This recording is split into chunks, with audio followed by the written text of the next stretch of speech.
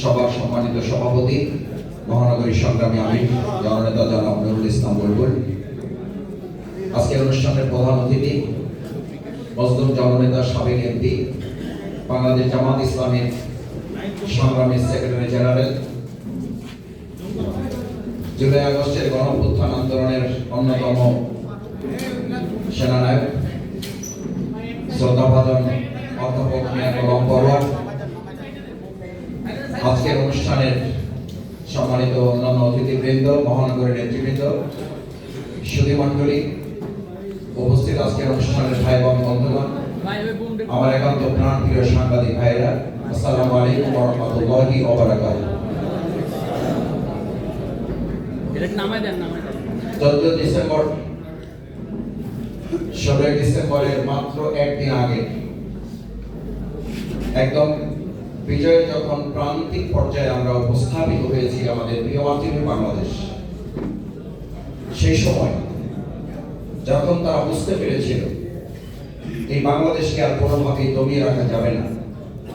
আন্দোলন সংগ্রামকে আর কোনোভাবেই স্থগিত করা যাবে না, তখন তারা টার্গেট করে বাংলাদেশ যেন দীর্ঘমেয়াদে মাথা উঁচু করে দাঁড়াতে না পারে, দীর্ঘমেয়াদের ষড়যন্ত্রের অংশ হিসাবে বাছাই করে টার্গেট কিলিং এর অংশ হিসাবে তারা তৎকালীন সময়ের বুদ্ধিজীবীরা যারা ছিলেন এই দেশ পরিচালনায় ভবিষ্যতে ভূমিকা পালন করবেন এবং কোন দেশে সেবাদাস হিসাবে ভূমিকা পালন না করে বাংলাদেশকে মাথা উঁচু করে দাঁড় করবেন, টার্গেট করে করে সেই সমস্ত বুদ্ধিজীবীদেরকে, লেখকদেরকে, সাংবাদিকদেরকে, কবিদেরকে পরিকল্পিতভাবে যারা হত্যা করেছে, আমি প্রথমেই সে সমস্ত শহীদদের জন্য আল্লাহর কাছে দোয়া করি, আল্লাহ তাআলা তাদের শাহাদাতের সর্বোচ্চ মর্যাদা দান করুন এবং সেই শহীদদের ঘটনার সাথে যারা সম্পৃক্ত, তাদেরকে যারা হত্যা করেছে তাদের বিচারের আওতায় নিয়ে আসার জন্য এতটুকু বোঝা কি যথেষ্ট নয়? 2024 সালে জুলাই আগস্টের গণঅভ্যুত্থানের তার কিছু আগে আমাদের বাংলাদেশে প্রকৌশল বিশ্ববিদ্যালয়ের শহীদ আবরারের মতো একটা মেধাবী ছাত্রকে যারা হত্যা করেছে তারাই আসলে সেদিনের বুদ্ধিজীবী হত্যার ঘটনার সাথে সম্পৃক্ত। 2011 সালে আমাদের রাজশাহী বিশ্ববিদ্যালয় এই সরকার ক্ষমতায় আসার পর বিশ্ববিদ্যালয়ের সবচেয়ে মেধাবী ছাত্র, বিশ্ববিদ্যালয়ের সেক্রেটারি শরীফুজ্জামান নোমানীকে তাদের সংগঠনের রেলি দেওয়া ছাত্রলীগের সন্ত্রাসীরা প্রকাশ্যে দিনে দুপুরে রাস্তার উপরে রামদা দিয়ে কুপিয়ে জবাই করে তাকে হত্যা করেছে। যারা নোমানীকে হত্যা করেছে তারাই সেদিন শহীদ বুদ্ধিজীবী হত্যাকাণ্ডের সাথে সম্পৃক্ত। যারা পিডিআর হত্যাকাণ্ডের নামে আমাদের 24 মেধাবী সেনাবাহিনীকে হত্যা করেছে তারাই শহীদ বুদ্ধিজীবী হত্যাকাণ্ডের সাথে জড়িত।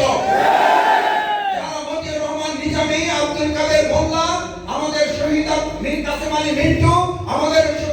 বুদ্ধিজীবী মোহাম্মদ কামারুজ্জামান, তাদেরকে যারা হত্যা করেছে ফাঁসিতে ঝুলিয়ে, তারাই বুদ্ধিজীবী হত্যাকাণ্ডের সাথে সম্পৃক্ত। আজকের এই 24-এর 5 আগস্ট জুলাই গণঅভ্যুত্থানে যারা আমাদের 5 মে 2013 সালে সাতটা চত্বরে আমাদের মেধাবী তরুণ হাফেজ, কোরআনে হাফেজ, এই সমস্ত মেধাবী তরুণদেরকে রাতের বেলায় যে মন্ত্রীরা দর্ব করে এই জায়গায় প্রেস ক্লাবে দাঁড়িয়ে বলতেন, তারা মনে করেছিল দেশ দখল করবে, আমরা 1 ঘন্টার মধ্যে তাদেরকে সাফ করে দিয়েছি। এই 1 ঘন্টার মধ্যে যারা আমাদের মেধাবী তরুণ হাফেজ কর্মীদেরকে শেষ করে সাফ করে দিয়েছে, ঘোষণা দিয়েছে, তারাই সেদিন এই বাংলাদেশকে অন্য একটা রাষ্ট্রের সেবাদাসে পরিণত করার জন্য,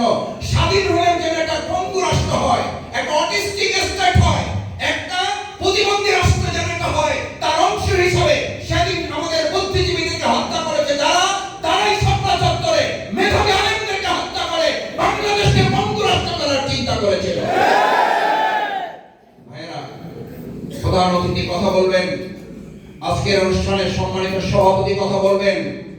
আমাদের সেদিন মেধাবীদেরকে টার্গেট করে করে আজকের এই মঞ্চে আপনারা অনেকেই জানেন না, আমাদের নুরুল ইসলাম বুলবুল রাজশাহী বিশ্ববিদ্যালয়ের মেধাবী ছাত্র নেতা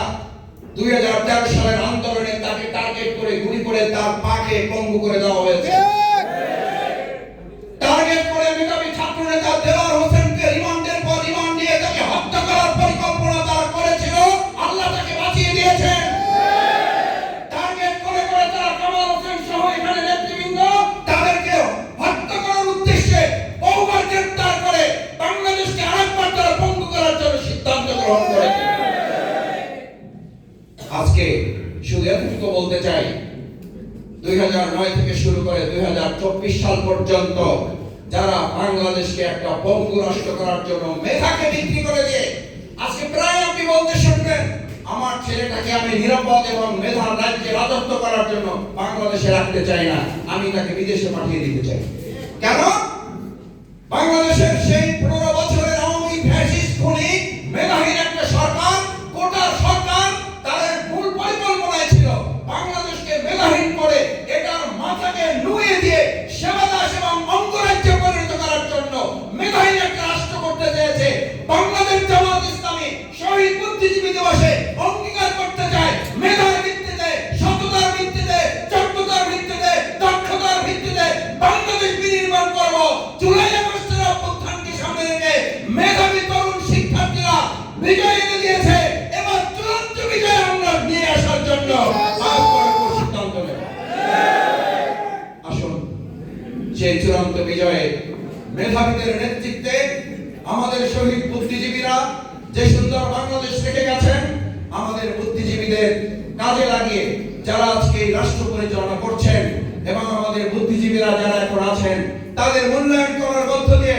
সরকার তাদের প্রতিগ্রহণ করা লোকদেরকে জায়গা দিয়ে, আর যারা বুদ্ধি ছিল, মেধা ছিল, সততা ছিল, যোগ্যতা ছিল, বঞ্চিত করা হয়েছে। এখন আমরা লক্ষ্য করছি এখনো পদগ্রহণকারী ব্যক্তিদেরকে বিভিন্ন জায়গায় বসিয়ে রেখে আমাদের মেধাবী যোগ্যতা সম্পন্ন সব অফিসারদেরকে এখনো কাজে না লাগিয়ে তাদেরকে বসিয়ে রাখা হয়েছে। আজকের এই দিনে অন্তর্বর্তীকালীন সরকারের কাছে আহ্বান জানাতে চাই, সব যোগ্য, দক্ষ, মেধাবী, দেশপ্রেমিক অফিসারদেরকে অতি সত্বর দোষীদেরকে সরিয়ে তাদেরকে বসিয়ে দেওয়ার ব্যবস্থা করতে হবে। শহীদ বুদ্ধিজীবী দিবসের আজকের সবচেয়ে বড় আহ্বান হবে এটা যে আমাদের সেই সমস্ত সৎ, দক্ষ, যোগ্য, মেধাবী অফিসারদের যাদেরকে বঞ্চিত করা হয়েছে তাদেরকে বসিয়ে ওই শহীদদের রক্তের বদলা আজকে বাংলাদেশ যেন গ্রহণ করে সেই প্রত্যাশা ব্যক্ত করে এই পর্যায়ে আমরা একটি ইসলামী সঙ্গীত দেশাত্মবোধক গান শুনবো। আমাদের প্রিয় শিল্পী আব্দুল কাদের জেলানী